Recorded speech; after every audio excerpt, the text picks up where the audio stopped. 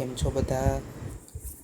તો લાસ્ટ લેક્ચરમાં આપણે ક્રોમ્પટન ટાઈપ પોટેન્શિયોમીટરને લગતા એક્ઝામ્પલ્સ જોયા હતા, બરાબર. જેની અંદર આપણે બે એક્ઝામ્પલ આપણે જોયા હતા કે કેવી રીતે ડાયલ સ્વિચ અને સ્લાઇડ વાયરની મદદથી આપણે શું કરી શકીએ છીએ, તો કે અનનોન EMFની વેલ્યુ જાણી શકીએ છીએ, બરાબર છે.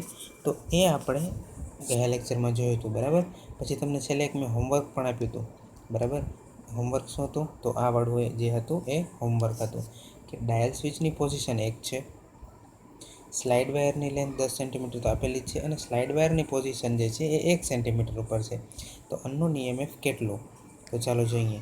હવે ડાયલ સ્વિચની જે પોઝિશન હશે એટલો જ વોલ્ટેજ ડ્રોપ હશે, બરાબર. ડાયલ સ્વિચની જેટલી પોઝિશન હશે એટલો જ શું હશે? Voltage drop. હવે સ્લાઇડ વાયર માટે શું કરવાનું? તો કે સ્લાઇડ વાયર માટે આપણને ખબર છે કે સ્લાઇડ વાયરની જે લેન્થ હશે, બરાબર છે, એ છે 10 સેન્ટીમીટર. હવે 10 સેન્ટીમીટર ઉપર કેટલો વોલ્ટેજ ડ્રોપ આપણને મળે છે? 0.1 વોલ્ટ. તો 1 સેન્ટીમીટર ઉપર કેટલો આપણને વોલ્ટેજ ડ્રોપ મળશે? તો કે 0.01 વોલ્ટ, બરાબર. તો આપણો અનનોન EMF શું થશે? તો કે ડાયલ સ્વિચની મદદથી મને જે ડ્રોપ મળ્યો છે એ, બરાબર છે, 1 વોલ્ટ પ્લસ સ્લાઇડ વાયરની મદદથી મને જે ડ્રોપ મળ્યો છે એ એટલે કે 0.01 વોલ્ટ, બરાબર. એટલે આપણું અનનોન EMF શું થશે? આપણું અનનોન EMF થશે dial switch drop plus slide wire drop, એટલે કે 1 વોલ્ટ વત્તા 0.01 વોલ્ટ બરાબર 0.01 વોલ્ટ, બરાબર. તો એ આપણો જવાબ થશે, બરાબર છે. તો ફરી પાછું રિપીટ કરાવું છું કે કેવી રીતનું હોય છે. ડાયલ સ્વિચની જે પણ પોઝિશન આપેલી છે એટલો વોલ્ટેજ ડ્રોપ આપણને મળે છે. હવે સ્લાઇડ વાયરની ટોટલ લેન્થ, બરાબર, અહીંયા તો આપણે 10 સેન્ટીમીટર લીધી છે, પણ કદાચ દાખલો આવે અને એની અંદર 100 સેન્ટીમીટર પણ આપી દેતો, બરાબર. તો આપણે ધ્યાન રાખવાનું છે, બરાબર. એટલે કહેવાનો અર્થ શું છે? તો કે સ્લાઇડ વાયરની જેટલી પણ ટોટલ લેન્થ છે, બરાબર, ટોટલ લેન્થ બોલું છું, 10 સેન્ટીમીટર કે 100 સેન્ટીમીટર નથી બોલતો, બરાબર. સ્લાઇડ વાયરની જેટલી પણ ટોટલ લેન્થ છે એ ટોટલ લેન્થ ઉપર કેટલો વોલ્ટેજ ડ્રોપ મળે છે? 0.1, બરાબર. તો પછી એ હિસાબે 7 સેન્ટીમીટર ઉપર કેટલો મળે? તો કે 7 ગુણ્યા 0.1 છેદમાં 10 એટલે કે 0.07 વોલ્ટ જે છે આપણને શું મળશે? સ્લાઇડ વાયરની અક્રોસ ડ્રોપ મળશે, બરાબર.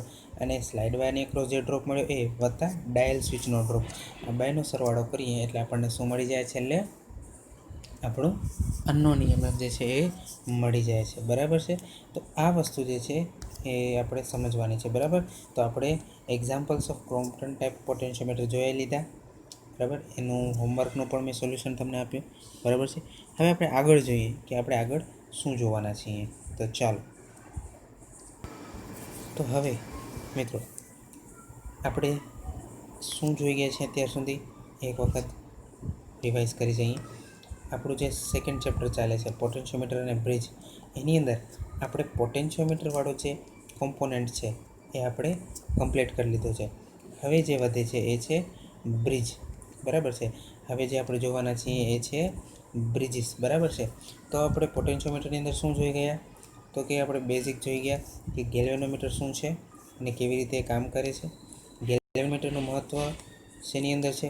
આપણા પોટેન્શિયોમીટરની અંદર ગેલ્વેનોમીટરનું ખૂબ જ મહત્ત્વ છે. પોટેન્શિયોમીટરનું આપણે કન્સ્ટ્રક્શન જોયું હતું કે કેવી રીતે એનું કન્સ્ટ્રક્શન હોય છે, એનું વર્કિંગ પણ જોયું હતું કે કેવી રીતે વર્કિંગ હોય છે. ગેલ્વેનોમીટરની અક્રોસ વોલ્ટેજ જે છે, બરાબર, એ સરખા થઈ જાય તો ગેલ્વેનોમીટરનું ડિફ્લેક્શન 0 થાય, બરાબર, એ આપણને ખબર છે. પણ ગેલ્વેનોમીટરની અક્રોસ વોલ્ટેજ જે છે એ કેવી રીતે સરખા થાય છે અથવા કેવી રીતે સરખા કરી શકાય એ દરેક જે છે એ આપણે પોટેન્શિયોમીટરના વર્કિંગની અંદર જોઈ ગયા છીએ. પછી આપણે શું જોયું? તો કે આપણે મહત્ત્વનું સૂત્ર જોયું, બરાબર.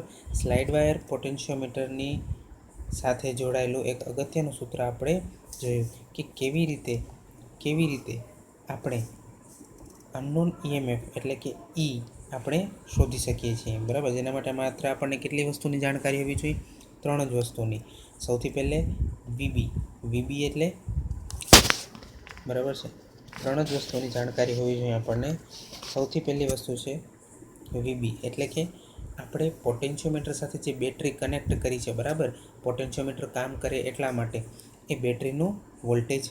પછી પોટેન્શિયોમીટર જે છે એની સાથે જે આપણે સ્લાઇડ વાયર જોડ્યો હશે એની ટોટલ લંબાઈ એટલે કે એલ, અને L1 બરાબર છે. L1 શેની લંબાઈ છે તો કે L1 જે છે એ સ્લાઇડ વાયરની એટલી લંબાઈ છે કે જેના માટે આપણને ગેલ્વેનોમીટરનું ડિફ્લેક્શન 0 મળે છે. બરાબર છે.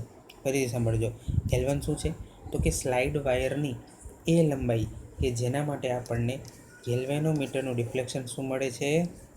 0 મળે છે. બરાબર, ગેલ્વેનોમીટરનું ડિફ્લેક્શન 0 મળે છે. તો આ 3 વસ્તુની જાણકારી હોય તો આપણે અનનોન EMF મેળવી શકીએ છીએ. પછી આપણે એને લગતા આપણે દાખલા પણ જોયા. પછી જોયું કે પોટેન્શિયોમીટર જે છે એ કઈ રીતે ઉપયોગમાં આવે છે. બરાબર, તો કે પોટેન્શિયોમીટરની એપ્લિકેશન શું છે તો કે કરંટ મેઝરમેન્ટ માટે, વોલ્ટેજ મેઝરમેન્ટ માટે, રેઝિસ્ટન્સ મેઝરમેન્ટ માટે, ઇલેક્ટ્રિક પાવર મેઝર કરવો હોય તો, પછી એમીટર, વોલ્ટમીટર અને વોટમીટરનું કેલિબ્રેશન.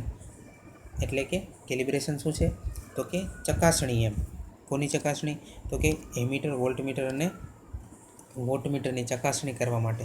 પણ કેવી ચકાસણી તો કે એમીટર, વોલ્ટમીટર અને વોટમીટર બરાબર વેલ્યુ બતાડે છે કે કેમ. બરાબર, જેમ કે એમીટરની અંદર હું 2 એમ્પિયરનો કરંટ પસાર કરું તો એ 1.5 એમ્પિયર બતાડે તો એ ખોટું કહેવાય. તો હવે શું કરવું પડે? એમીટરનું કેલિબ્રેશન કરવું પડે કે ભાઈ 2 મીટરનું કરંટ પસાર થાય છે તો 2 બતાડવું જોઈએ. બરાબર, તો 2 એમ્પિયરનો કરંટ પસાર થાય તો 2 એમ્પિયર જ બતાડે. બરાબર, તો એવી સેટિંગ આપણે કરવી પડે, અને આ સેટિંગ કરી એને શું કહેવાય? એમીટરનું કેલિબ્રેશન. બરાબર છે. અને આ કેલિબ્રેશન કોના મદદથી થાય છે? પોટેન્શિયોમીટરની મદદથી થાય છે. શા માટે પોટેન્શિયોમીટરની મદદથી કેલિબ્રેશન થાય છે? કારણ કે પોટેન્શિયોમીટર જે છે એ કેવું ડિવાઇસ છે? એક્યુરેટ ડિવાઇસ છે. બરાબર છે. પોટેન્શિયોમીટર એક્યુરેટ ડિવાઇસ છે, એટલા માટે આપણે એનો કેલિબ્રેશનમાં ઉપયોગ કરીએ છીએ. પછી આપણે જોયું કે મેઝરમેન્ટ ઓફ ઇલેક્ટ્રિક કરંટ કેવી રીતે થાય છે. બરાબર, સ્ટાન્ડર્ડ રેઝિસ્ટન્સ હોય છે. બરાબર, સ્ટાન્ડર્ડ રેઝિસ્ટન્સ થ્રુ આપણે સર્કિટનો કરંટ પસાર કરાવડાવીએ છીએ કે જે આપણે માપવો છે. હવે રેઝિસ્ટન્સની અંદર કરંટ પસાર થશે એટલે શું થશે? ડ્રોપ. અને એ ડ્રોપ આપણે કોની મદદથી માપશું? પોટેન્શિયોમીટરની મદદથી. તો આપણી પાસે 2 વસ્તુ તો આવી ગઈ, એક તો ડ્રોપ અને સ્ટાન્ડર્ડ રેઝિસ્ટન્સ. બરાબર, તો હવે V/R આપણને શું આપશે? કરંટ. સિમ્પલ. બરાબર, તો આવી રીતના કરંટ મેઝરમેન્ટ જોયું હતું. પછી હાઈ વોલ્ટેજ રેઝિસ્ટન્સ આપણે મેઝરમેન્ટ જોયું હતું. બરાબર, આ બહુ જ આઈએમપી પ્રશ્ન છે. બરાબર, મોસ્ટ આઈએમપી પ્રશ્ન છે આપણો. બરાબર, કે વોલ્ટ રેશિયો બોક્સની મદદથી. બરાબર, વોલ્ટ રેશિયો બોક્સની મદદથી વોલ્ટેજ મેઝરમેન્ટ. બરાબર, હાઈ વોલ્ટેજ મેઝરમેન્ટ, અને કેવી રીતે આપણે કરીએ છીએ એ પણ જોયું હતું. પછી મેઝરમેન્ટ ઓફ પાવર આપણે જોયું હતું કે અલગ અલગ વોલ્ટેજ અને કરંટને અલગ અલગ માપી અને બેનો ગુણાકાર કરીએ તો આપણને શું મળી જાય? પાવર મળી જાય. બરાબર, એ પણ આપણે જોયું હતું. પછી ટાઈપ્સ ઓફ પોટેન્શિયોમીટર જોયું હતું કે 2 પ્રકારના પોટેન્શિયોમીટર છે, ડાયલ ટાઈપ અને ક્રોમ્પટન ટાઈપ. ડાયલ ટાઈપ એટલે કેવું તો કે આ પ્રકારનું. બરાબર, કે જેના કેટલા ટર્મિનલો છે? 3 ટર્મિનલો છે. અને ક્રોમ્પટન ટાઈપ એટલે કેવું તો કે આપણે હમણાં જ જોયું. બરાબર, કે ક્રોમ્પટન ટાઈપ પોટેન્શિયોમીટર કેવું હોય છે, એ કેવી રીતે કામ કરે છે એ પણ જોયું, અને એનું કન્સ્ટ્રક્શન પણ કેવી રીતે થયેલું હોય છે એ પણ જોયું. બરાબર, એને લગતા આપણે એક્ઝામ્પલ્સ પણ જોયા. હવે આપણો નવો પાર્ટ ચાલુ થાય છે, એ છે બ્રિજીસ. બ્રિજીસ ચાલુ કરતાં પહેલાં આપણે એ સમજવું પડે કે બ્રિજીસનો ઉપયોગ શું છે. બરાબર છે. તો સિમ્પલ ભાષામાં કહીએ તો બ્રિજનો ઉપયોગ શેના માટે થાય છે તો કે R, L અને Cના માપન માટે આપણે બ્રિજનો ઉપયોગ કરીએ છીએ. ફરી પાછું, R, L અને Cના માપન માટે આપણે કોનો ઉપયોગ કરીએ છીએ? બ્રિજનો ઉપયોગ કરીએ છીએ. R એટલે રેઝિસ્ટન્સ, L એટલે ઇન્ડક્ટન્સ, C એટલે કેપેસિટન્સ. તો આ ત્રણેય પ્રકારના ઇલેક્ટ્રિકલ પેરામીટર છે એનો માપન માટે આપણે બ્રિજનો ઉપયોગ કરીએ છીએ. બરાબર, રેઝિસ્ટન્સ, ઇન્ડક્ટન્સ અને કેપેસિટન્સ, આ 3 ઇલેક્ટ્રિકલ પેરામીટર. બરાબર છે, ઇલેક્ટ્રિકલ પેરામીટર કહેવાય. એના માપન માટે આપણે શું કરીએ છીએ? બ્રિજનો ઉપયોગ કરીએ છીએ. તો સૌથી પહેલાં આપણે જોઈશું રેઝિસ્ટન્સનું મેઝરમેન્ટ. બરાબર, મેઝરમેન્ટ ઓફ રેઝિસ્ટન્સ, કે રેઝિસ્ટન્સનું મેઝરમેન્ટ આપણે કેવા પ્રકારના બ્રિજથી કરીએ છીએ. તો રેઝિસ્ટન્સનું મેઝરમેન્ટ સમજતી વખતે, બરાબર, રેઝિસ્ટન્સનું મેઝરમેન્ટ સમજતા પહેલાં આપણે એ સમજવું પડે કે ટાઈપ્સ ઓફ રેઝિસ્ટન્સ કેટલા છે. બરાબર, કે ટાઈપ્સ ઓફ રેઝિસ્ટન્સ કેટલા છે એ સમજવું પડે. બરાબર, તો ટાઈપ્સ ઓફ રેઝિસ્ટન્સ છે 3. કયા કયા? લો રેઝિસ્ટન્સ, મીડિયમ રેઝિસ્ટન્સ અને હાઈ રેઝિસ્ટન્સ. બરાબર છે. ફરી પાછું, લો રેઝિસ્ટન્સ, મીડિયમ રેઝિસ્ટન્સ અને હાઈ રેઝિસ્ટન્સ. હવે કેવી રીતે ખબર પડે કે કયું રેઝિસ્ટન્સ કેવું છે? તો કે જે રેઝિસ્ટન્સનું મૂલ્ય 1 ઓહ્મથી ઓછું હોય, બરાબર, જે રેઝિસ્ટન્સનું મૂલ્ય 1 ઓહ્મથી ઓછું હોય એને લો રેઝિસ્ટન્સ કહેવાય.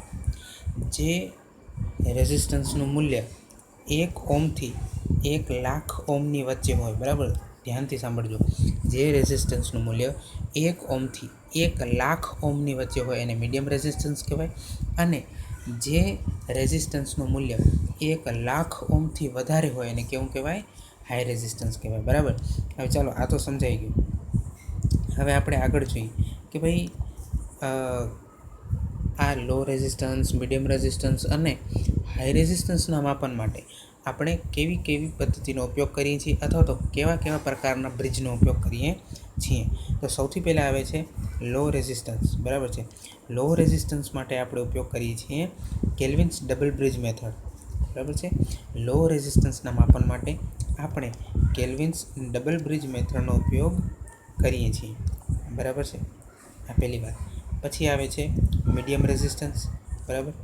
મીડિયમ રેઝિસ્ટન્સના માપન માટે આપણી પાસે 3 પદ્ધતિ છે. સૌથી પહેલી છે તો કે વિસ્ટન બ્રિજની મદદથી આપણે મીડિયમ રેઝિસ્ટન્સ માપીએ.